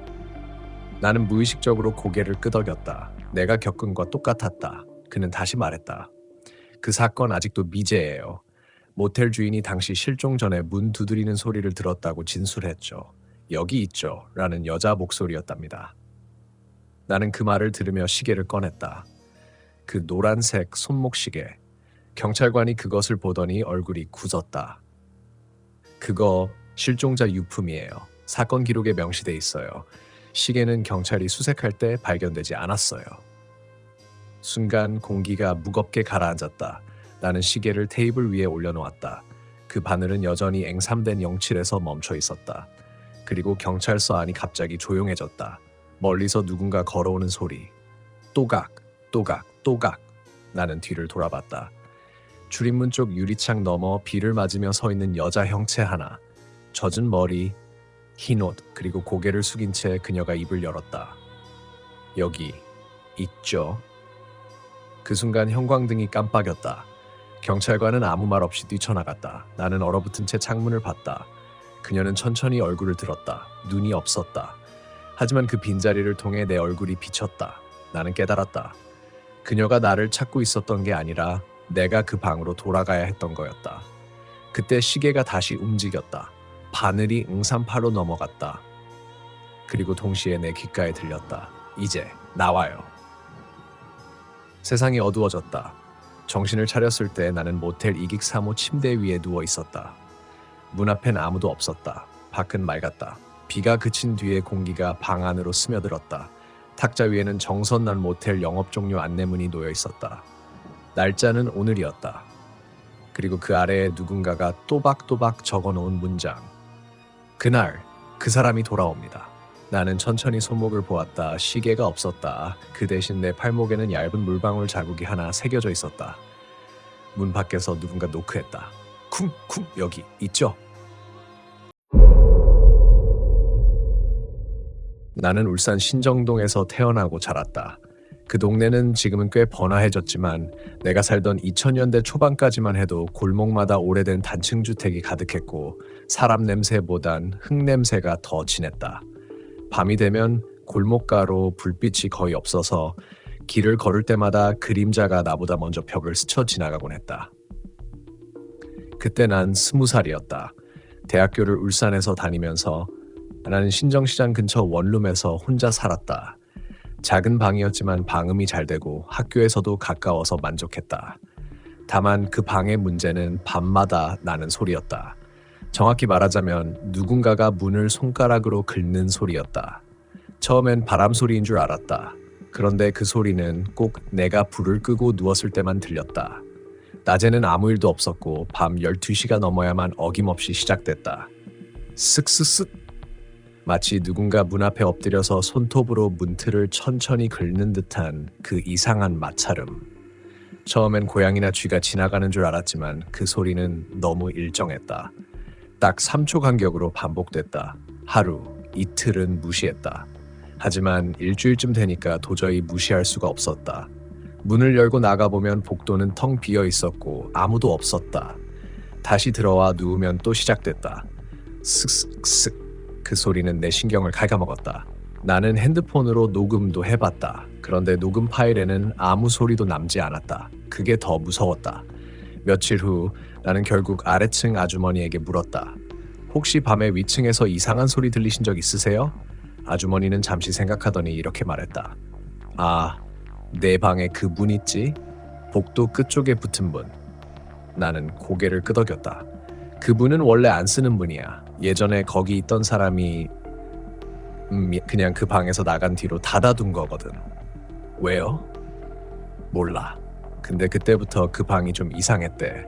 사람은 아무도 없는데 문 열리는 소리가 들리고 새벽마다 무슨 냄새가 올라왔다고. 아주머니는 말을 끝맺지 못했다.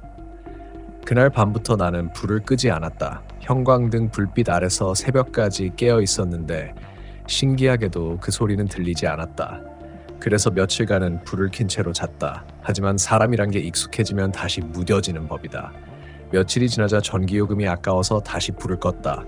그리고 바로 그날 밤 다시 그 소리가 들렸다. 슥슥슥. 하지만 이번엔 조금 달랐다. 문 쪽이 아니라 내 책상 밑에서 들려왔다. 나는 몸이 굳었다. 천천히 시선을 돌렸지만 어둠 속에 아무것도 보이지 않았다. 그때 책상 밑에서 바닥을 긁는 듯한 소리가 조금 더 커졌다. 쓱, 쓱쓱.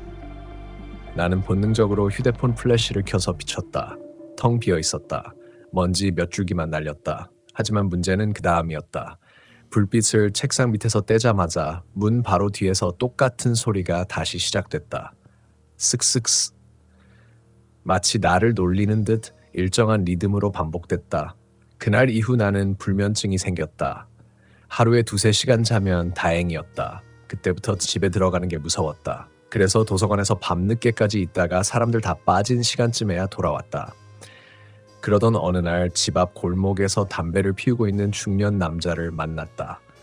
이웃인 줄 알고 인사했더니 그 남자는 나를 빤히 보다가 이렇게 물었다. 너 혹시 3 ging 2호 살지? 네, 네. 그 남자는 한참 동안 대답 없이 담배를 피우더니 낮게 말했다. 거기 그 방 아직도 소리 나냐? 그 말을 듣는 순간 가슴이 쿵 내려앉았다. 그걸 어떻게 아세요? 그는 담배를 바닥에 던지고 밟으며 말했다. 나 거기 살았었어. 5년 전쯤에. 그의 얼굴은 어딘가 피곤하고 병든 사람처럼 보였다. 근데 말이야, 그 소리는 사람 손이 아니야. 나는 아무 말도 하지 못했다. 문을 긁는 게 아니라 문 너머에서 나오는 손이야. 나도 그거 보고 나왔거든. 그가 그렇게 말하고 돌아서려는 순간 나는 그를 붙잡고 물었다. 무슨 뜻이에요? 문 너머라니요? 그는 잠시 망설이더니 낮게 중얼거렸다. 그 문 뒤에 창고처럼 막아놓은 공간 있지? 거기서 예전에 사람이 죽었대. 여자였대. 누가요? 몰라. 근데 그 여자 아직 못 나갔어. 그 말을 듣는 순간 등줄기로 식은땀이 흘렀다. 집으로 돌아오는 길 복도 불빛이 평소보다 희미했다. 문을 열기 전 나는 문 손잡이를 붙잡은 채로 한참 서 있었다.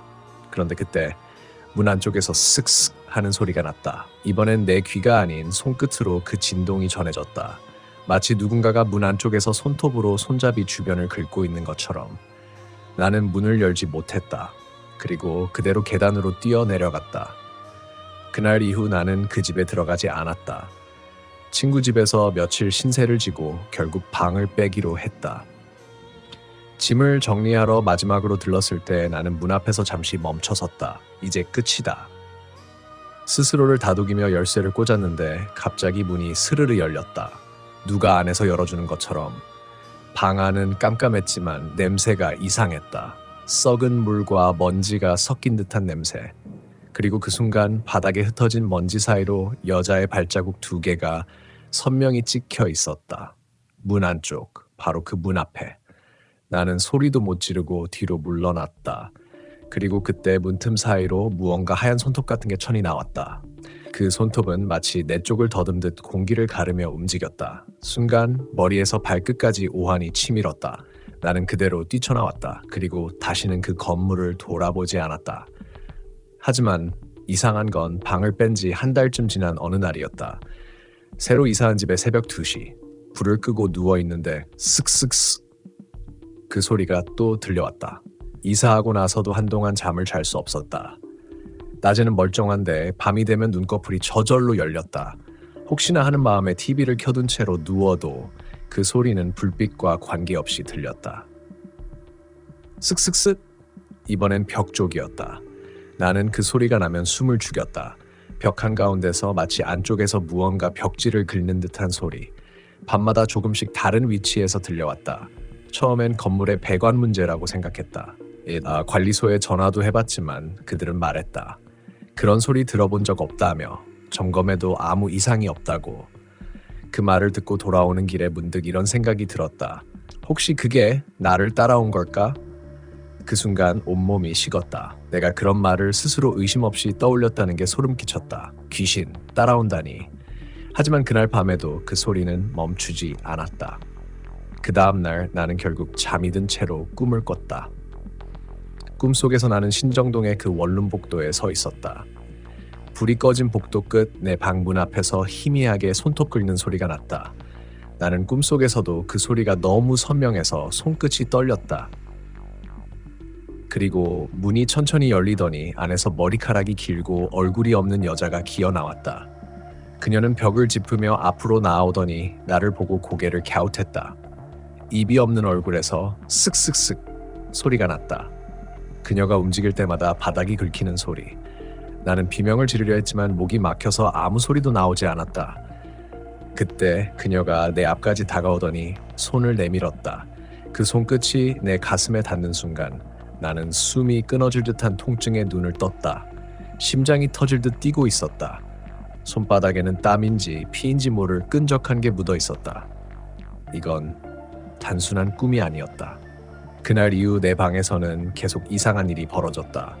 TV가 저절로 켜지고 벽에 걸어둔 달력이 떨어지고 냉장고 안에 물건들이 밤마다 조금씩 이동해 있었다. 하지만 제일 이상한 건 내 핸드폰의 녹음 파일이었다. 어느 날 아침 핸드폰을 보니 새로운 음성 녹음 파일이 하나 생성돼 있었다. 나는 그런 걸 녹음한 기억이 없었다. 파일 이름은 단순히 record362.mp4였다. 362. 내가 전에 살던 그 방 번호였다.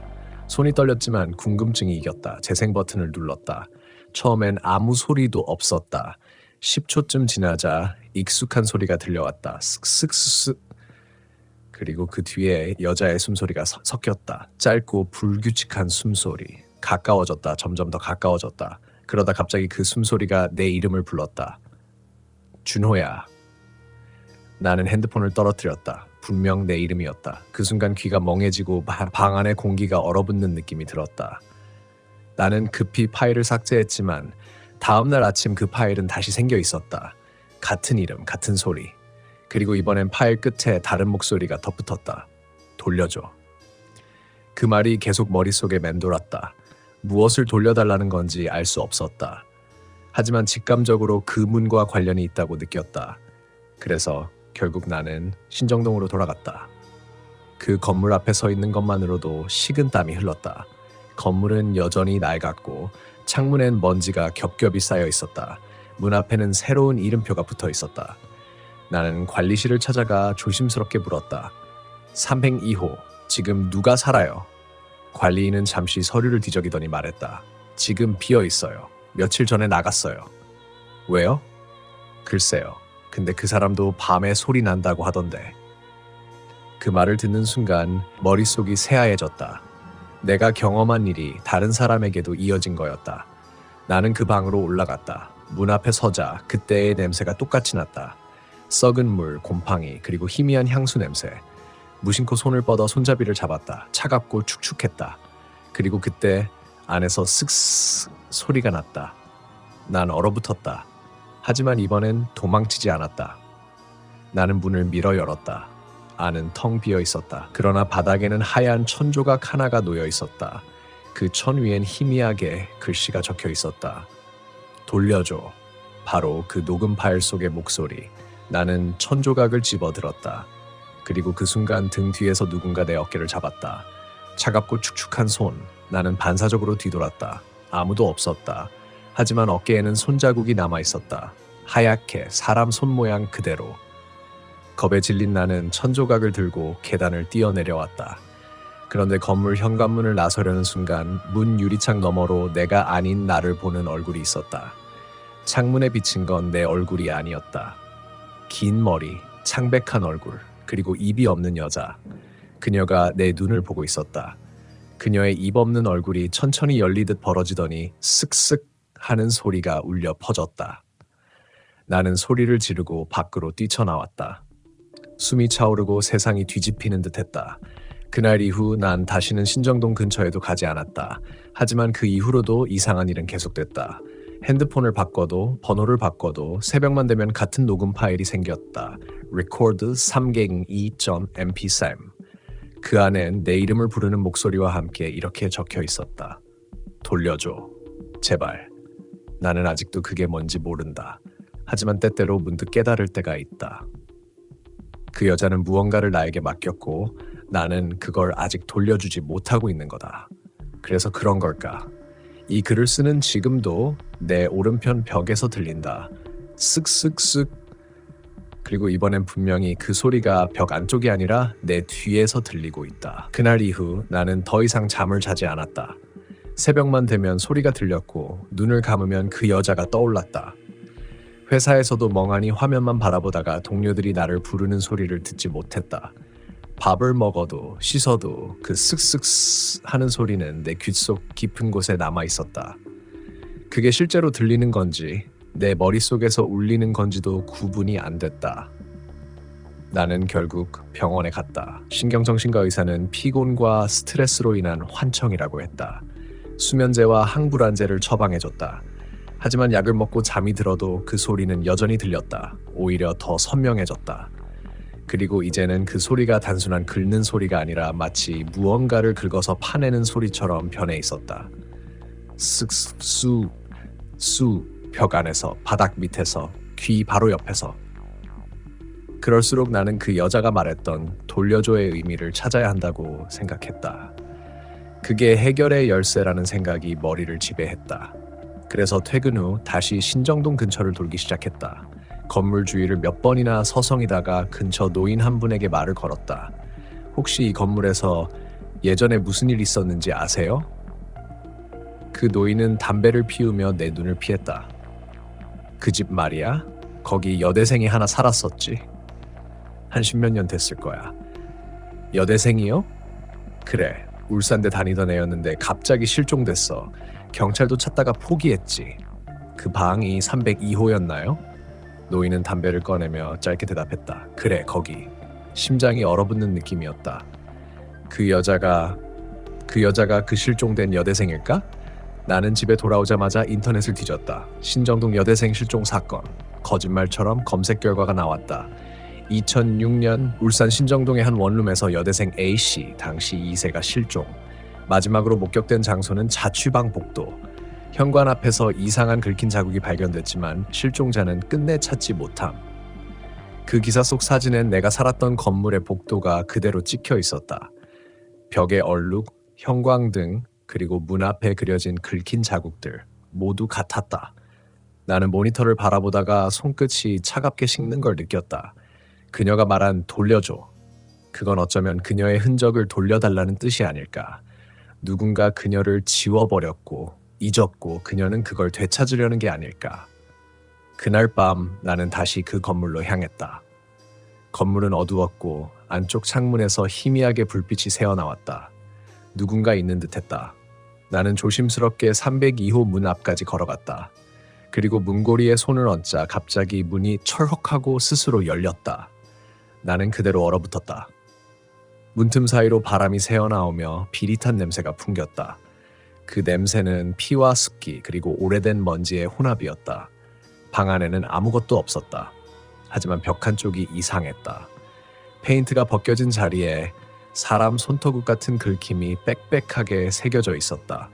나는 무심코 손전등을 비췄다. 그때 벽 아래쪽에서 빛이 반사됐다. 무언가 금속이 있었다. 벽지를 살짝 들추자 작고 낡은 열쇠 하나가 나왔다.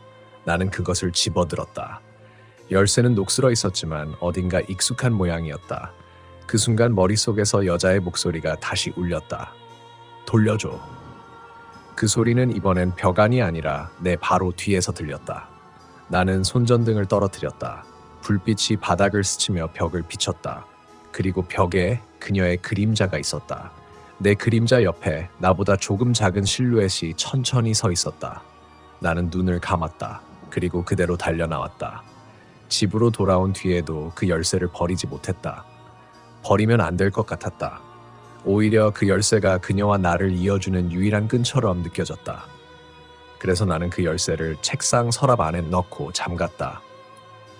그날 밤은 이상하게도 아무 소리도 들리지 않았다. 잠시 평화가 온 것 같았다. 하지만 그건 착각이었다.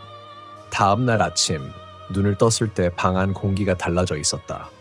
어딘가 축축하고 냉기가 돌았다. 벽 쪽을 바라보자 서랍이 열려 있었다. 분명 잠갔던 서랍이었다. 그리고 그 안에 넣어둔 열쇠가 사라져 있었다. 그 순간 내 핸드폰에서 진동이 울렸다. 알림 하나가 떠 있었다. 새로운 녹음 파일이 저장되었습니다. Record Key MP3. 손끝이 떨렸지만 나는 재생 버튼을 눌렀다. 소리가 났다. 쓱쓱 수. 그리고 곧 여자의 숨소리가 들렸다. 준호야. 그 목소리는 점 가까워졌다. 찾았어. 돌려줘. 그거 내 거야. 그 말과 함께 내 서랍 안에서 무언가 금속이 떨어지는 소리가 들렸다. 나는 천천히 고개를 돌렸다. 서랍 속엔 열쇠가 다시 있었다. 하지만 그 옆에는 낡은 머리핀 하나가 새로 놓여 있었다. 녹슨 금속핀 끝부분에는 마른 피 같은 얼룩이 남아 있었다. 나는 깨달았다. 돌려줘. 그녀는 이 머리핀을 찾고 있었던 거다. 그녀가 죽던 그날 누군가가 그것을 빼앗아갔고 그걸 내가 주운 거였다. 기억을 더듬었다. 이사할 때 그 방 구석에 서서 주웠던 머리핀, 버리려다가 그냥 가방에 넣어두었던 그게 그녀의 것이었다. 그녀는 그걸 되찾으려 했던 것이다. 나는 머리핀을 들고 다시 신정동으로 향했다.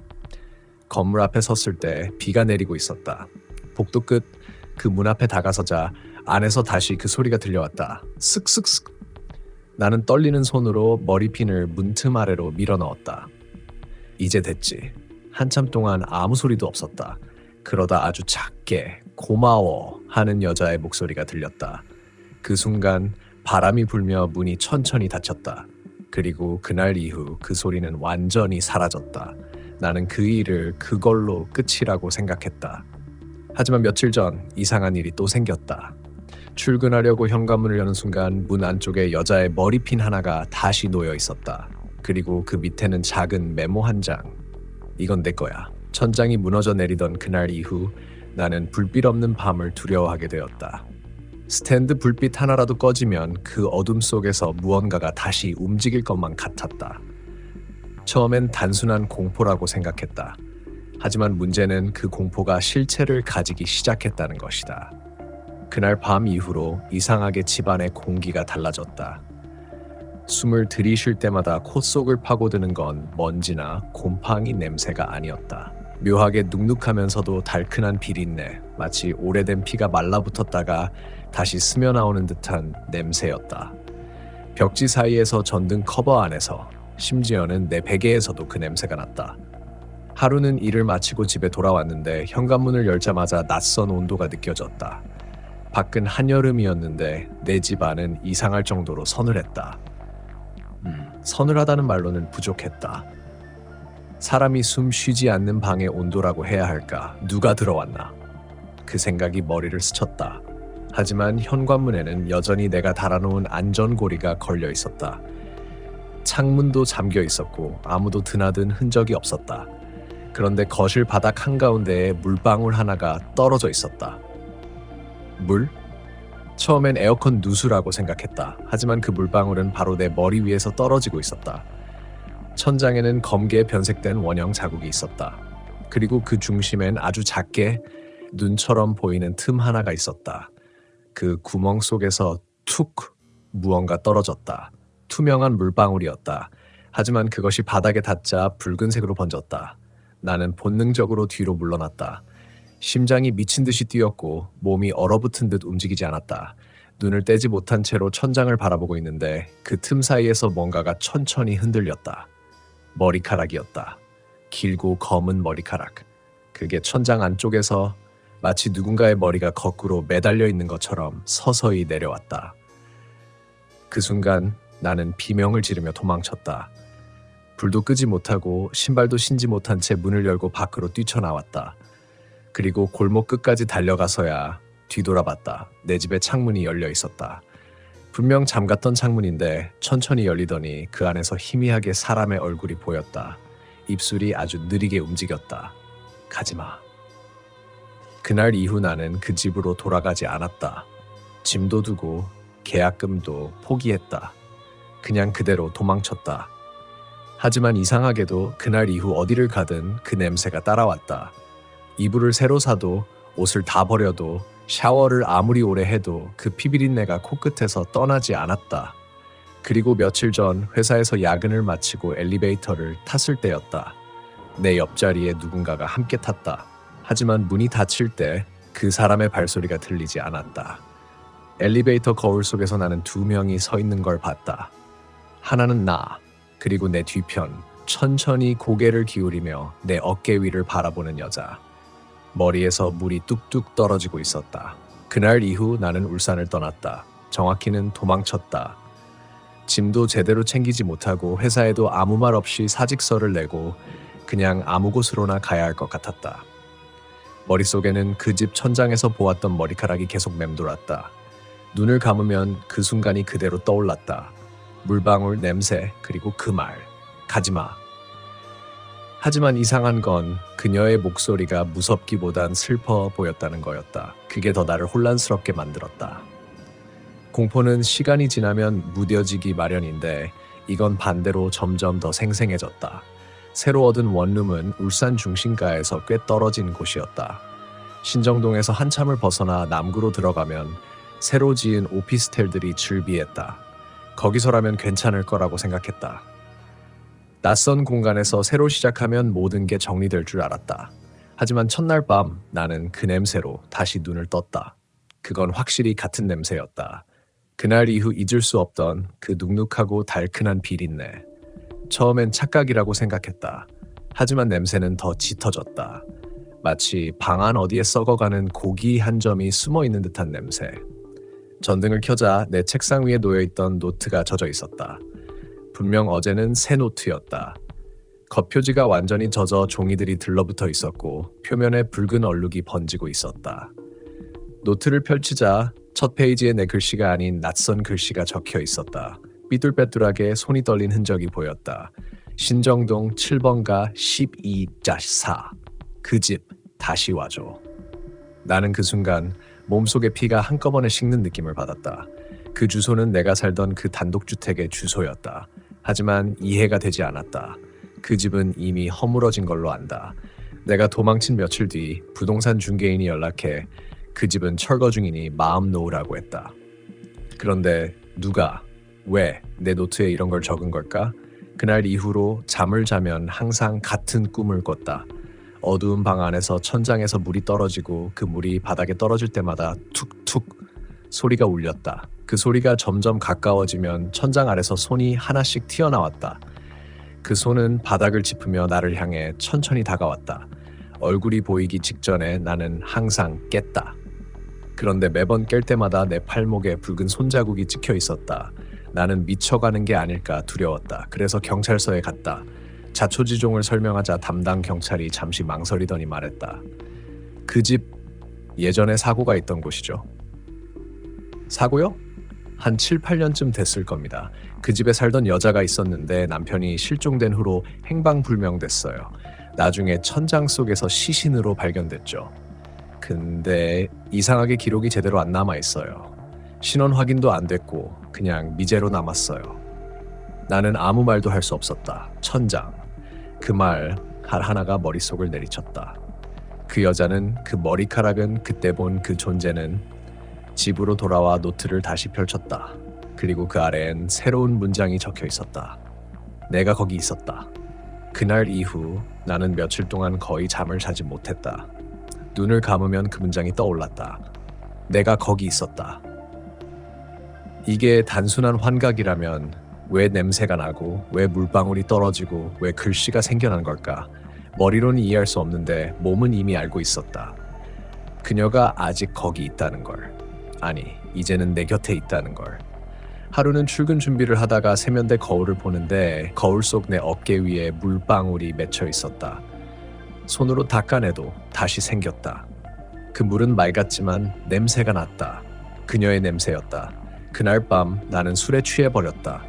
아무리 생각해도 답이 나오지 않았다. 왜 나였을까? 그 집에는 나 말고도 세입자들이 많았고 그녀가 죽은 시점과 나는 아무 연관도 없었다. 그런데 왜 그녀는 내 앞에 나타난 걸까? 술 기운에 핸드폰을 들고 부동산 중개인에게 전화를 걸었다. 밤 11시가 다 되어가는 시각이었다. 저 혹시 신정동 7번가 그 집 철거됐다고 하셨죠? 예, 맞아요. 지난달에 완전히 허물었어요. 그럼 혹시 그 안에서 뭐가 나왔다거나 그런 건 없었습니까? 그는 잠시 말을 멈추더니 낮게 말했다. 그런 얘긴 하지 마세요. 왜요? 그날 철거 인부 한 명이 실려갔어요. 천장 열다가 떨어졌는데 위에서 머리카락에 걸렸다고 하더라고요. 그 말이 끝나자 핸드폰 너머로 뚝뚝 소리가 들려왔다. 물이 떨어지는 소리였다. 나는 급히 전화를 끊었다. 그날 새벽 꿈을 꿨다. 이번엔 천장이 아니라 바닥 밑이었다. 바닥이 투명한 유리로 바뀌어 있었고 그 밑에는 물에 잠긴 여자의 시체가 있었다. 그녀는 나를 올려다보고 있었다. 입술이 천천히 움직였다. 돌려줘. 그녀의 시선이 내 손으로 향했다. 그때서야 알았다. 내가 그 집에 처음 들어가던 날 현관 옆 구석에서 작은 반지를 주웠었다는 걸. 누구의 물건인지 몰라 그냥 서랍에 넣어두고 잊고 있었다. 작은 은반지 안쪽에는 흐릿하게 YJ라고 각인되어 있었다.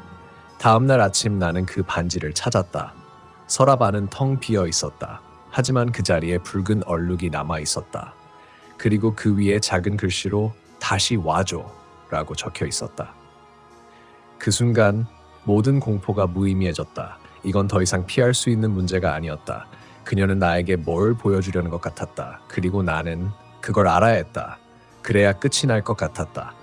나는 다시 신정동으로 향했다. 도시의 끝자락, 불빛이 하나둘 사라지는 밤길을 따라 걸으며 내 머릿속에는 계속 그 반지의 문양이 맴돌았다. YJ. 혹시 이니셜일까? 그녀의 이름이었을까? 집이 있던 자리는 이제 공터였다. 잡초가 자라있고 땅은 움푹 꺼져 있었다. 그런데 그 한가운데에 스탠드 하나가 켜져 있었다. 누가 봐도 전기가 들어올 리 없는 곳인데 노란 불빛이 작게 깜박이고 있었다. 나는 그 불빛 쪽으로 천천히 걸어갔다. 가까이 다가가자 불빛 아래에서 무언가 반짝였다. 작은 은반지였다. 내가 잃어버렸던 바로 그 반지. 그 순간 내 뒤에서 누군가의 목소리가 들렸다. 돌려줘서 고마워. 나는 뒤돌아보았다. 아무도 없었다. 하지만 공터 한가운데 공기가 갑자기 따뜻해졌다. 그리고 그 따뜻함 속에서 짧은 숨소리가 들렸다. 이제 괜찮아. 바람이 불었다. 불빛이 꺼졌다. 모든 게 고요해졌다. 그녀는 떠난 걸까? 아니면 내 안으로 들어온 걸까? 그날 이후로 모든 게 조용해졌다. 냄새도 물방울도 소리도 사라졌다. 이제 정말 끝난 줄 알았다. 나는 다시 회사에 돌아갔고 사람들과 웃으며 이야기했다. 처음엔 다들 놀라웠다는 표정을 지었지만 곧 아무 일도 없었던 것처럼 일상이 흘러갔다. 그런데 이상하게도 그 평범함이 오히려 낯설었다. 복도 끝을 걸을 때마다 어딘가에서 내 이름을 부르는 소리가 들리는 것 같았다. 지하주차장에서 차 문을 닫을 때마다 뒷좌석에서 바람이 스치는 소리가 났다. 나는 점점 그 모든 게 착각인지 아닌지 구분할 수 없게 됐다. 하루는 회식이 끝나고 집으로 돌아오는 길이었다. 버스 창문에 비친 내 얼굴 뒤편으로 누군가의 실루엣이 겹쳐 있었다. 그녀였다. 희미했지만 분명히 알 수 있었다. 눈동자가 마주쳤다. 그런데 이번엔 무섭지 않았다. 그녀의 얼굴은 차분했고 어딘가 안도하는 듯 보였다. 그날 밤 나는 처음으로 불을 끄고 잠을 청했다. 그냥 이제 그만 괜찮아지고 싶었다. 어둠 속에서도 숨이 막히지 않았다. 그녀가 내 곁을 지키고 있다는 생각이 들었다. 그때부터 나는 매일 새벽 같은 시간에 꿈을 꿨다. 그녀가 그 집 천장 아래에 앉아 있었다. 머리카락은 젖어 있었지만 표정은 고요했다. 그리고 나를 향해 이런 말을 했다. 내가 기억해줘서 고마워. 나는 그 꿈에서 깨지 않았다. 눈을 뜨면 여전히 어둠 속이었고 그 어둠은 낯설지 않았다. 그녀는 나를 따라오지 않았다. 대신 내 안에서 살기 시작했다. 시간이 흘렀다. 직장도 그만두고 나는 울산을 떠났다. 하지만 가끔씩 아주 가끔씩 비가 오는 날이면 그 냄새가 다시 피어올랐다. 그리고 그럴 때면 나는 알 수 있었다. 그녀가 아직 나와 함께 있다는 걸. 어쩌면 그건 귀신이 아니라 내가 버려둔 죄책감의 형태였을지도 모른다. 그녀의 반지를 그냥 지나쳤던 그 순간 나는 이미 그녀를 기억해야 할 운명이었을지도 모른다. 울산 신정동의 그 집은 지금도 사라진 채로 남아있다. 새로 짓는다는 얘기만 돌 뿐 누가 그 땅을 사려는 사람은 없다. 사람들은 말한다. 밤마다 그 자리에서 불빛이 보인다고. 작은 노란 불빛 하나가 마치 누군가를 기다리듯 깜빡인다고. 나는 안다. 그건 그녀가 아니라 내가 꺼뜨리지 못한 기억이라는 걸. 시간이 더 흘렀다. 사람들은 모두 그 일을 잊었다. 신정동의 그 집도 그 여자의 이야기도 이제는 오래된 괴담처럼만 남아있었다. 가끔 커뮤니티 게시판이나 지역 SNS에서 옛날에 그 근처 살았던 사람 있나요? 하는 글이 올라오면 댓글엔 늘 비슷한 말이 달렸다. 거기 귀신 나왔던데 아니에요? 지금은 그냥 빈터래요. 밤에 불빛 보이면 절대 가까이 가지 마세요.